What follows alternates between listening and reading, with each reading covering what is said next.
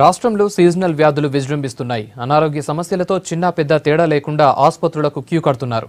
తాగునీరు కలుషితమవుతూ ఉండటంతో డయేరియా కేసులు పెరిగిపోతున్నాయి. ఈ సీజన్లో అంటువ్యాధులు సోకకుండా కేర్ తీసుకోవాలంటున్నారు డాక్టర్స్.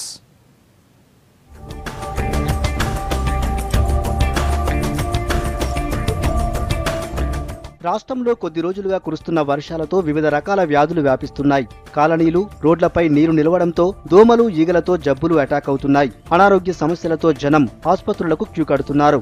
ఎక్కువగా చిన్నపిల్లలకు నిమోనియా, వాంతులు, విరేచనాలు, మలేరియా, టైఫాయిడ్ వంటి వ్యాధులు వ్యాపిస్తున్నాయి.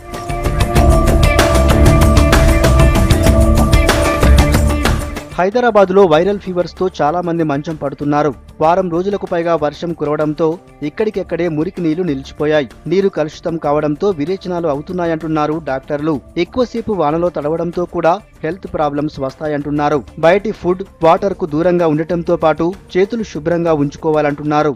వర్షాకాలంలో పిల్లలకు ముఖ్యంగా 5 సంవత్సరాల కన్నా తక్కువ పిల్లలు ఎంత వయసు తక్కువ ఉంటే అంత రోగనిరోధక శక్తి వాళ్ళు తక్కువ ఉంటుంది. కాబట్టి వాతావరణం చల్లగా కావటము, వాతావరణము వైరస్లకు కొన్ని బ్యాక్టీరియాలకు అనుకూలంగా ఉండటం వల్ల పిల్లలకు వైరల్ వ్యాధులు ఎక్కువగా వస్తాయి.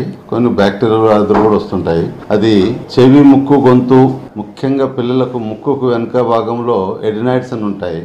ఆ ఎడినాయిడ్స్ కొంచెం వాతావరణం వచ్చినప్పుడు ఇన్ఫెక్షన్ రావటము, ఉబ్బిపోవటము, దాంతో పిల్లలకు శ్వాస ఇబ్బంది రావటము, అలాగే గురక కొట్టడము, నోరు తెరిచి పిల్లలు శ్వాస తీసుకోవటం వల్ల ఆ శ్వాస తీసుకునే నోరు తెరవటం వల్ల డైరెక్ట్గా కూడా బ్యాక్టీరియా, వైరస్ గొంతులోకి పోయి ఇవన్నీ చాలా ఎక్కువగా ఆ వర్షం ఆగిపోయినాక మురికి నీళ్ళు ఉంటాయి. మురికి నీళ్ళు ఉన్నప్పుడు అప్పుడు దోమల ద్వారా వచ్చే వ్యాధులు, మలేరియా కానీ, డెంగ్యూ కానీ, చికెన్ గున్యా కానీ ఇవన్నీ కూడా ఇటు వర్షంలో తడిసినప్పుడు కొన్ని, వర్షం ఆగిపోయినప్పుడు మురికి నీళ్ళతో వచ్చే వ్యాధులు కొన్ని, ఇవన్నీ జాగ్రత్తలు తీసుకుంటే పిల్లలకు ఈ వర్షాకాలంలో ఎలాంటి ప్రమాదం రాకుండా కాపాడుకోవచ్చు. సీజనల్ వ్యాధుల పట్ల అప్రమత్తంగా ఉండాలంటున్నారు డాక్టర్లు.